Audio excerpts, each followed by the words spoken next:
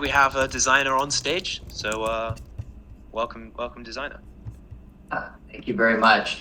All right, well, welcome everybody here who wants to look at maybe a deeper look into art. One thing I've noticed when I'm in the metaverse is that it's very different than a physical gallery experience, similar but different, or a museum, and that is the speed at which I tend to run through these, and the viewing distance sometimes is a little tricky. So what I thought might be helpful is to talk just generally about the experience of viewing art, and you know, we're so used to seeing so much beautiful art in online, but the two artists that we have with us today are really doing some special things. And I wanted to talk about this curation of this particular exhibit because the two artists are both from Indonesia. Dela and Arya are, I guess, friends, as I understand, and they share a lot of things in common. And yet, I mean, at the surface level, there's a lot of commonality, but when you look a little deeper, there's so much difference. There's so many interesting differences in terms of the realms that each of these two artists are reaching into the dark and pulling out for us to see. And I'm going to ask some questions of the artists here pretty soon, but I'm just going to give a kind of a quick overview of how I'm looking at the idea of other realms and how the two artists are speaking, what they're speaking, what are their realms as they're coming through to me. First of all, I just want to preface this by saying art has the ability to allow us to leave the art exhibit after we've been to it and see the world in a new way. And that takes just a little bit more than a surface look of the art, but a little bit of probing and allowing the meaning of the art to come through you, and it's different for every single person. So there's something to learn in art and learn about ourselves and learn about the world. So what I love is the common visual coloration and the whimsical feel with both artists, and their work is just so fun to look at, and it's fantasy oriented, and there's a dreamlike quality to it. This Other Realms title is so good because it really represents that. And, you know, in color, there's a very commonality, and but yet it changes and separates when we start talking about compositional elements and the feeling. So let's just talk about composition first. Dela has a predominance or a propensity towards wanting to do more of a single focus composition where there's a main subject in the middle, almost like photographic portraits. Although she does break that theme from time to time, this is a common element and allows the composition to be very, it allows the viewer to be sucked into the main subject of the composition and have a personal relationship with the people or the subject matter that is being presented. And it's not just decorative, but in many cases, the work Dela is that there's many different little subtle symbols, dreamlike symbols that are holding secrets to reveal. And it's not relevant or obvious that we can decode those immediately. It sometimes takes multiple viewings. And in fact, that's what makes the art so fantastic, is that you can come back and continue to get more out of it time and time again. And I'm not going to tell you what I see in it, because I think that's taking away the interest. But I invite you to go in and look at a piece that touches you or is compelling, and start to see if you can actually start to piece together the puzzle of a narrative or something that it's inspiring inside of you. Now, on the other hand, so Rama, it's okay if I call you Rama. I love that name. So I'm just going to do that. Yeah. Rama's work, thank you, compositionally is not particularly one center dominant, but it oftentimes reaches beyond the borders of the canvas. And so things are cropped half in, half out. There's a story that's going on that extends beyond the borders. And there's a subject matter that is where Ella's work subject matter is typically calming and inspiring and maybe even utopian. There's a dystopian or a challenging kind of subject matter being pursued by Rama. And this is a different kind of a dream or a different realm. The subject matter is consistent, really, I think, across both artists throughout their work. And if you put them side by side, you're almost looking at a dystopian, utopian, or a, let's say, two sides of the subconscious, the aspects of seeking beauty, comfort, calmness, order, fantasy, excitement, and then, but then there's this like delving into the taboo that Rama does, and there's all kinds of subtle indications of things that are, a little bit out of the norm and are challenging skulls and various kinds of body positions that just are strange and can't really figure out what's going on there, but something strange is going on and wonderful. And so beyond the compositional elements, I would invite you to go around and look at the work, see what touches you, and what is the feeling does it evoke? Does the work of Rama evoke a different feeling in you than the work of Dela? And how does that feeling that's evoked, what kind of response comes out, and what does that inspire in you? So I want to ask a couple of questions here, and I'm going to start with you, Rama. Do you have, can you share what it is that inspires you to create the kinds of imagery, somewhat as I discussed in terms of the subject matter and the composition? Can you talk from your words about that? Okay. I started drawing consistently, like every day, in 2009, I think 2010. Back then, I was like really feeling down, and I had to let it out by drawing and posting it every day on my Tumblr.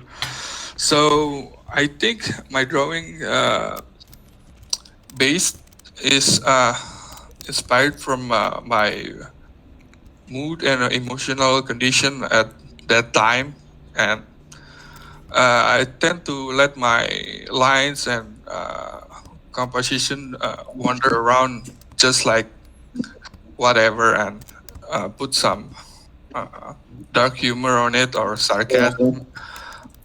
And I think I put a lot of images and stuff in there.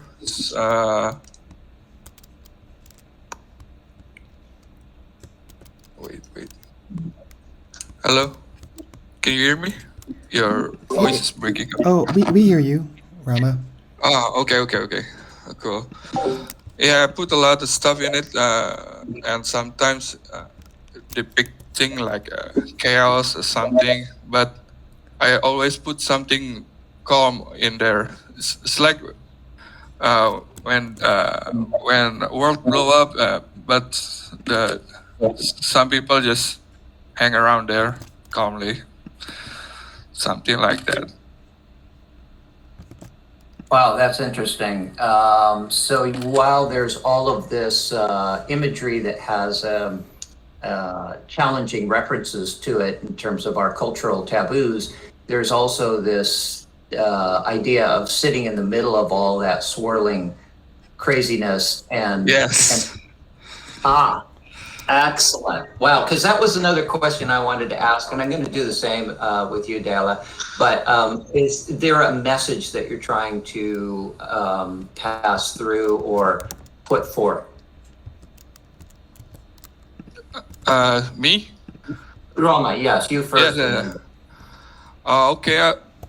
Message is it's like when everything is out of control, you can still collect yourself and be calm and do something about it. Just something like that.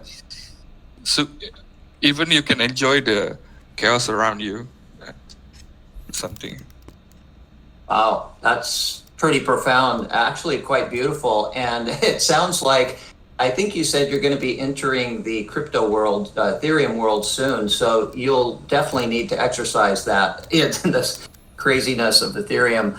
But I just think that's wonderful. Diala, would you care to talk about what inspires you and why you select the type of compositions and subject matter that you do? Okay. I don't come from art or illustration background. I Can you hear me well? Yes, thank you. Okay. Uh, I am a self-taught artist. I used to draw to express my feelings, my emotion at that time. Some are hidden anger, bursts of sadness and something. But I don't want to be explicit in showing these kind of feelings and emotions. So I just kind of hid it in my characters. So actually, I play a lot with colors and patterns because I associate with colors and patterns since I was a little, because my mom is a stewardess and I used to help her. And I didn't realize that I put it on my works. But then I realized that why do I choose colors and patterns? Because because that was my background. And for the character, I usually draw female characters because that's the character I familiar with. The problem with what females going through and something like that. And that I really want to create my own realm. And I think that's all. That was wonderful, Dali. You gave us a peek inside of you, and I appreciate you being vulnerable and sharing the fact that you're using in your art. You are using it as some type, almost like self therapy, and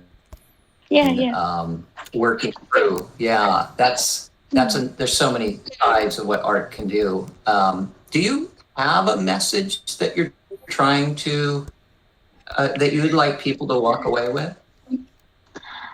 Not really, because I like people to see my works and have their own freedom to see what they want to see from my drawings. And I like there to have their own interpretation. I don't want to be, telling what this work's about. That's why I'm having difficult when how to put a description on my artwork.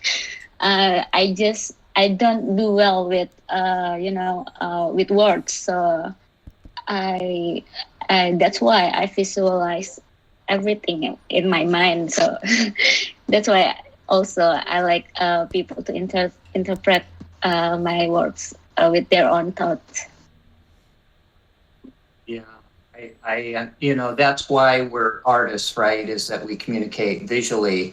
And interestingly, to play off of that, I'm in I'm reading a book called The Split Brain. It basically just defines various aspects of the left and right brain, and the left brain is very good at categorizing things and describing, and the right brain is really goes outside the bounds of words, and typically artists are coming from the right brain. It's a way of expressing something that can't be put into words, and so the idea that you left us with too is that you don't want to describe it. You want the work to speak for itself and allow the viewer to see what the viewer sees and get what the viewer gets. And I think that's very mature artist's point of view. And so I appreciate your not describing it. Let's see. I want to go back to Rama for a second, and I'm going to ask a question to both of you.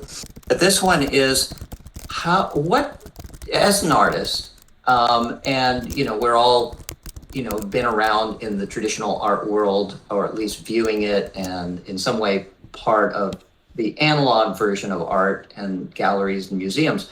What do you see, Rama, as the future of digital art, NFTs, metaverse, etc., anything along that line? Well, since I'm just very new to this stuff, I think it will go a long way. It's developing, and you can do so much without boundaries with like a traditional art, very physical and stuff. You can do almost anything with NFT. You got interaction, ARs, a lot of stuff can happen here. I think it can go a long way.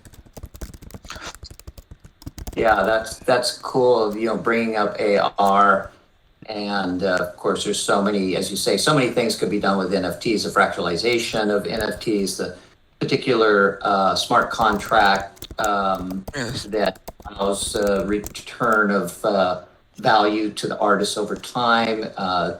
Basically, the ability for NFTs to be a platform for enabling the whole creator economy to become to bloom, where the creator economy typically has been intermediated by various sources. So yes. And that's also my concern, because if I go to a traditional channel to promote my art, I had to go to a gallery and stuff, so I can get an exhibition and stuff. It's almost like so hard. I've been in an exhibition since 2012, I think. Barely make it into public. Yeah, that's Rama experienced the same with me. yeah. That's giving many artists and creators opportunity that weren't there before. It's a leveling of the playing field, and look what can be done. I mean, look at this museum space that Chill Zone put together. Will was very involved in this conception as well, and it, in terms of the analog world, this just popped up overnight, and it can be changed quickly. But the opportunity for creators is just so tremendous. I'm so excited for this group of individuals who are creators to finally be able to be discovered or make their own way without all the friction from, this good old, what they call in the US anyway, the good old boy system. That's all kind of locked up by those that have been doing it forever. So, Dale, your take. What's your take on the future of digital art, either for yourself or the big picture? I think it will be developed into something, because technology, I don't really know how it will end, and is it it will expand much more. And the one thing I like in this NFT space is like very decentralized, and you can meet with the community like this. The community is very very big and not how to put it in word, not territorial based, like country based. You can really meet other people here in other from other countries, and in this pandemic world we're really restricted, and this is a kind of freeing ourselves to do with what our art can do. And I think it's going to be really really big, and I'm really curious how it will be in the future. Like, and just like Rama said, in the physical world, it's kind of hard to get into gallery, and you have to do like these big paintings, and and all I want to do is just draw and not make something really big, but I want to draw, like Rama said, draw every damn day and express ourselves as an artist. Not really into big paintings and stuff, because I don't have the space to do it all. And with this digital NFT space, we can put our and use see that our drawings much into galleries. It seems like it's big in the space. Actually, it's just a little drawing. So it's so great to be in this. In the in the physical world, in Indonesia, our gallery can tell people what's art and what's not art. Yeah, yeah. So We've been in the situation like that.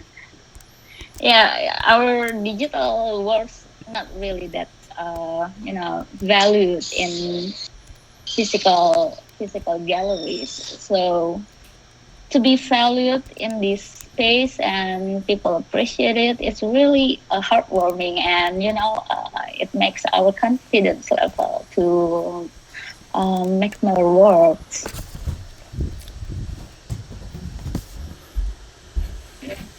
Wow, that's so interesting to hear from artists how they see and appreciate the opportunity that lies ahead.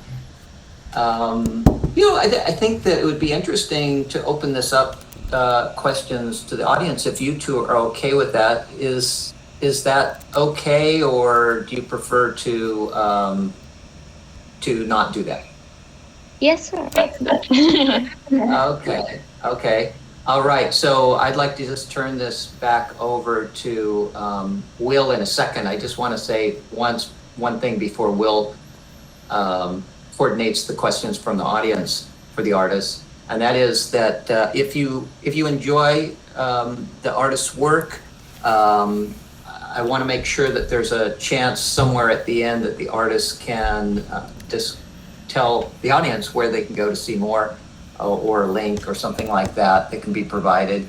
And I've noticed when I went in, I was looking at work I wanted to buy and they're sold. So I want to keep my eye on those sites where you exhibit, so that I can see the new works coming out and perhaps find one that I want to buy, or for you guys the same. If you really like the art, then you might want to hang out and wait for some of the new great pieces that show up and possibly get a hold of one. So Will, to you, and thank you both. I love your work and appreciate your your great comments and ideas that you presented and shared with us. Thank you. Thank you, designer.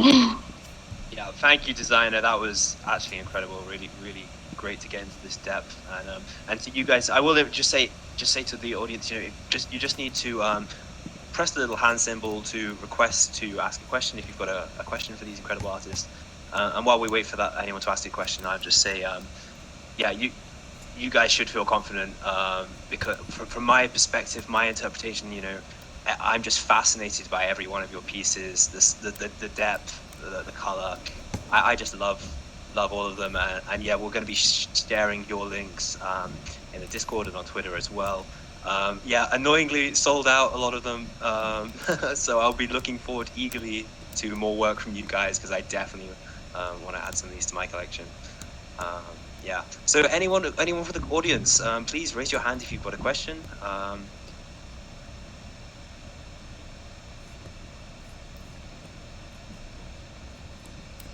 I'm gonna just come up because I don't think I can even raise a hand, but I can just let yeah. myself up Perfect. and ask a question. I'd like to know from both of you a bit more about your process. Do you start digitally, or do you start by hand? Is it all digital, or is there a mixed media that you guys work with? What's your process in creating some of these pieces? Hi, Rose.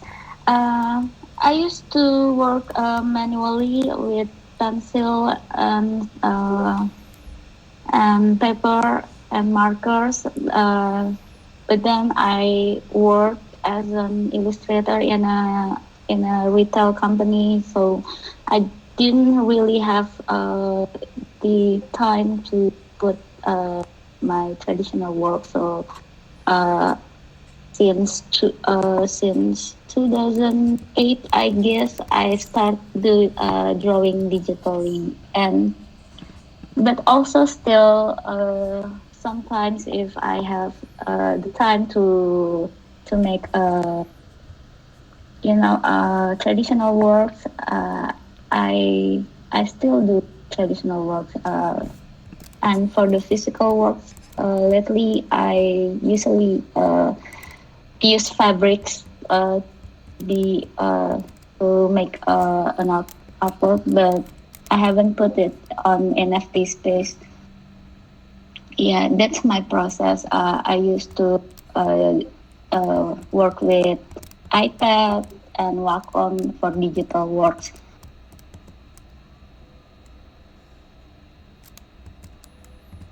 Okay, my turn.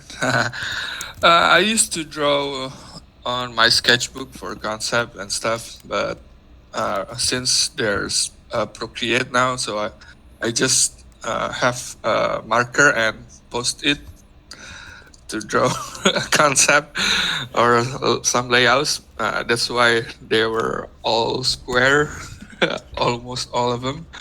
So I did a few sketch on Post-it and straight to Procreate and digitally drawn from there. Did you envision your pieces being small? It's interesting that we're seeing them often so big, at least in the digital space. What size do you imagine? Did you, before this, I guess, imagine that these pieces were, and is seeing them very big sort of changing how you think about them? Yeah, that was very big in the exhibition. I haven't thought seeing them that big. Max size is probably, I can imagine, it's like a 1 meter square, something like that. Never that big. Yeah, I don't really envision the size before, and when children scale my work into the exhibition space, and it's it's as if they're big, and I'm thinking I might want to paint it in physical, but nah. I just I love to draw small things, and uh, it's easier for me to do because I don't have the energy to paint large paintings, but it's very exciting to see them this scale. Yes, so big. It's like a mural. Yeah, we prefer to draw mural, right, Rama? Yeah. Oh, awesome. I think Cool. your work Thanks, guys. absolutely lends itself to that scale. It just looks incredible. So, Philzone, did we want to move to the second part of the exhibit? Did we want to go to the island or upstairs? Yeah, I think. Oh wait, sorry, I'm muted. I think. Sorry, I was Okay. muted. Yeah, I think. Where would you guys like to go? Do we want to move? I feel like I've seen people browsing around, but maybe we could all go to the island. And 'cause we're talking Yeah. about scale, and this is where like we've made the art pieces like extremely big, like skyscraper size almost. I think part of the reason why I wanted to scale them so big is because like what I love about the metaverse is that we can explore impossible shapes, impossible architecture, and then really like see space and art in different ways. So like your work is so beautifully detailed and rich with layers and colors, and like I really wanted to just zoom in when I was looking at them on my laptop, and I was like, I just love staring at them, and I was just curious. I was like how would it look like 10 feet tall, and I made it 10 feet tall, and I was like, oh my god, it looks great. How would it look like 30 feet tall? And it looked awesome too. So I just like kept going bigger and bigger, and I created this new island outside a gallery because I wanted like an even bigger space for your artwork to just like see it even bigger, like like almost like a city of your paintings almost.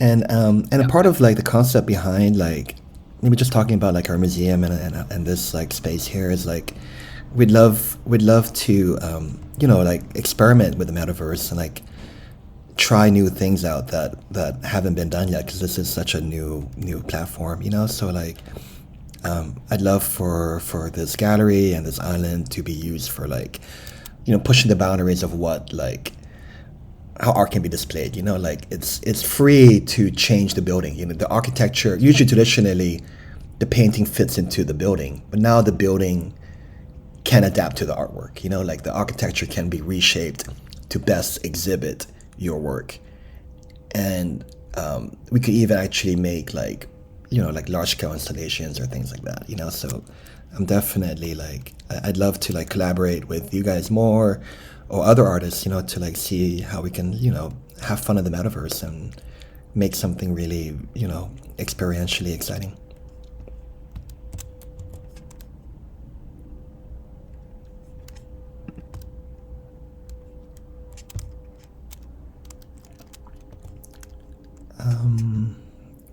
I had a question for Diana and Rama. What are you guys working on next? Like, do you have any like secret projects that you guys are building on and stuff like that?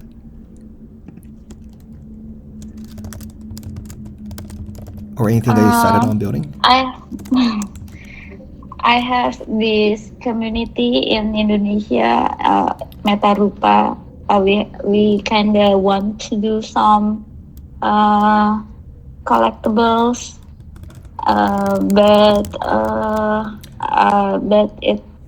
but it's still on progress, still on concept, and I think that's currently me and my friends are working on, and they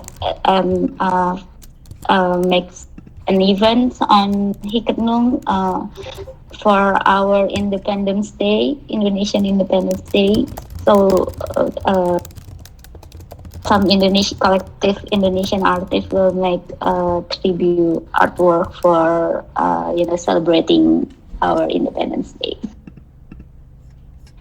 coming in August, some days in August.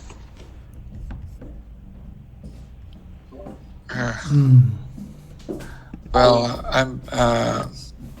I just tag along with Dila, I think, and I'm currently working on my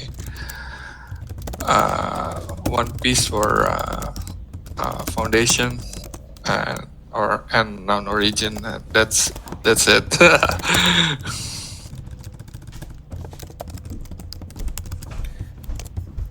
And you mentioned that you're moving Um, over. Oh, I'm sorry, Diana. Go for it.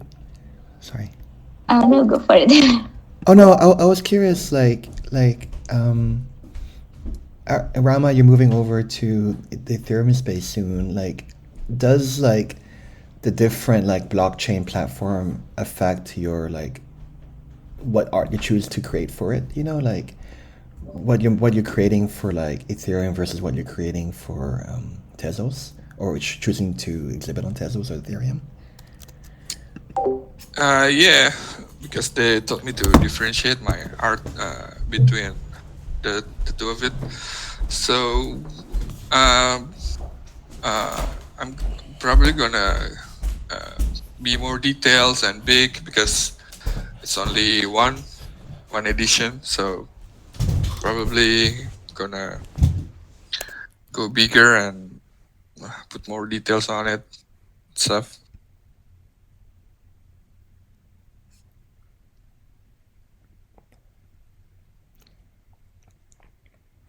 Oh, nice! It can be one of ones. Awesome. Got to try and collect them. I think that might be a highly competitive chill zone. Yeah. Awesome. Are there any other questions from All the right. audience, or Yeah, that's what I was going to ask. Let's open this back up, guys. Don't be shy, guys. If you want to ask a question to the artist, we have them here now. Now is the time to ask. So raise your hand. I'll hand over.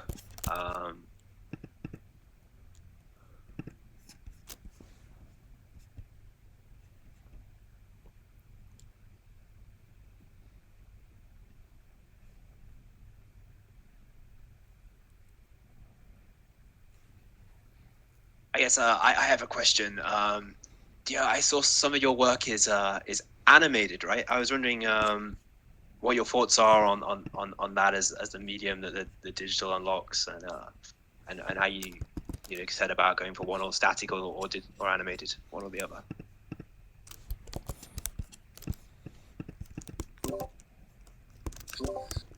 Me? Yeah, I'll open that up to either of you guys if you. Okay. Well, I used to do a lot of loop animation before, like in my Tumblr, like 2015 or something. So it just become more frequent with because the Procreate lets you animate so easily. So there's a different between animation and my still art, because when you spend your time to animate, you will get less detail to draw the other stuff. So the animation piece usually comes with lesser details or more spacious layout.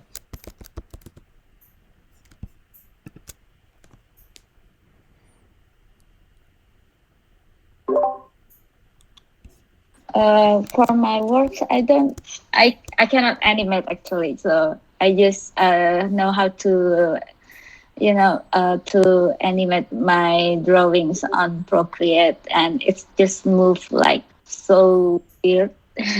I don't really have the skill to do animation, so but sometimes I kind of like to see everything just still freeze on that moment. For my drawings, I would love to see it moving, but from now, I'm really satisfied with how it looks. Yeah, and sometimes the animation distracts you from the other objects behind it or the background and stuff. I so I still think the still image still works on my art. Yeah, absolutely, absolutely incredible. So yeah, last call, guys. If anyone wants to ask a question from the audience, very happy to hand over the speaker status. Anyone?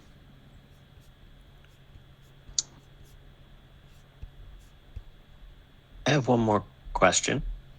How do you guys see the difference? I know a lot of crypto art has been these collectibles that are in series where people own sort of individual versions of one, and there are many of them, versus sort of a larger piece that is unique and you have one of them.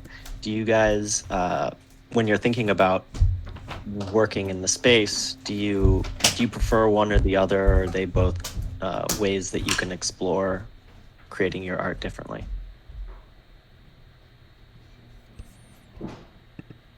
Hello, hello. Okay. Um,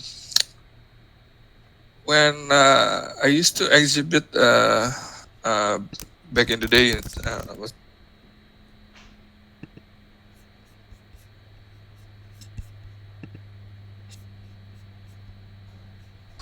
he who can afford to buy art in the galleries can obtain our own art. So basically, we try to uh, make a culture that collecting arts like prints and stuff is accessible to almost everyone. So when I join Han, it's very similar with my cause and my friend's cause. So it's really fun to do that. So we can collect any art from a great artist, something like that, with quite affordable prices. So those two will be like have to balance out, I think. So one is quite important, but uh, to share your artwork to uh, everyone is also cool. Yeah, basically same with drama. Also,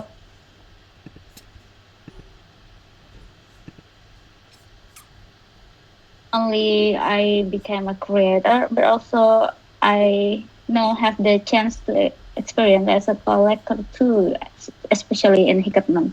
So, yeah,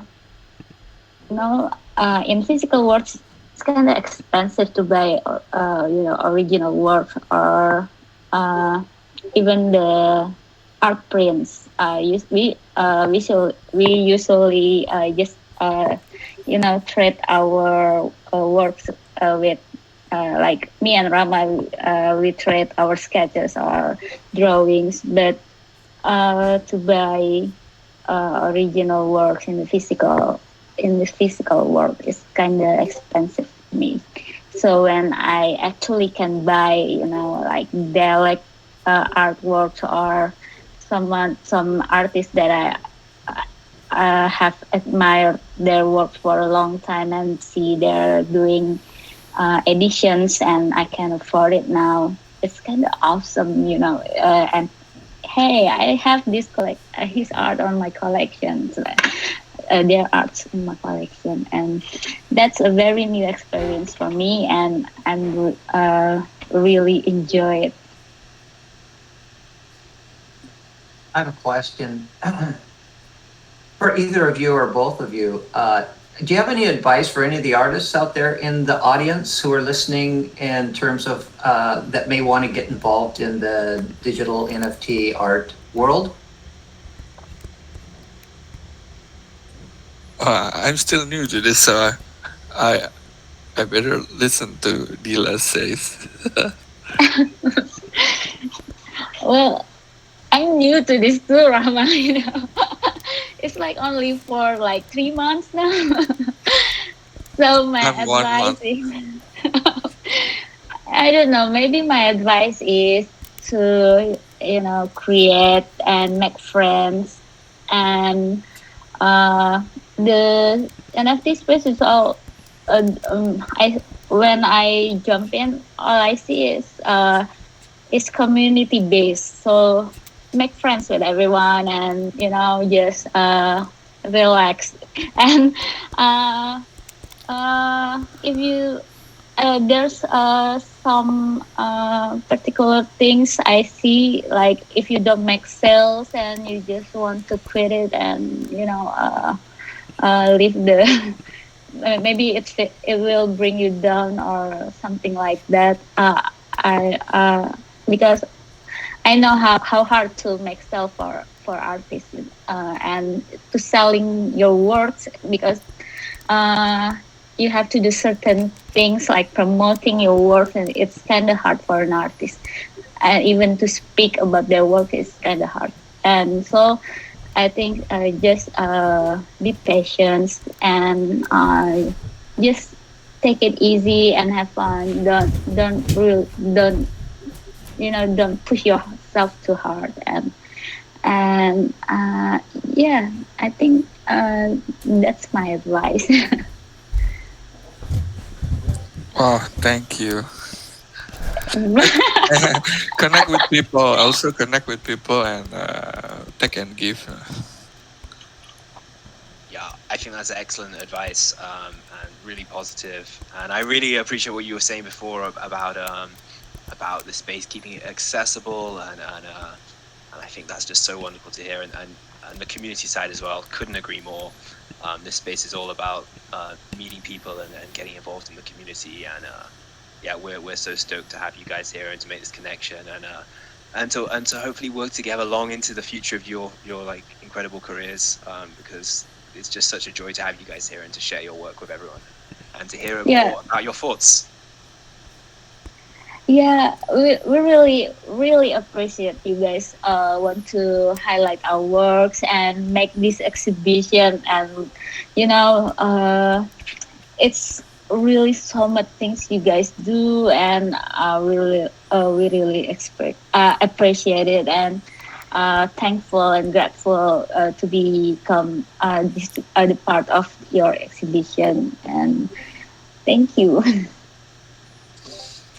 Yes, super thank you, because I'm very new to this and I got a super heartwarming welcome from the community, and so it's very I'm very grateful. Thank you. No, thank you for sharing your incredible works, both of you. It's been an absolute joy.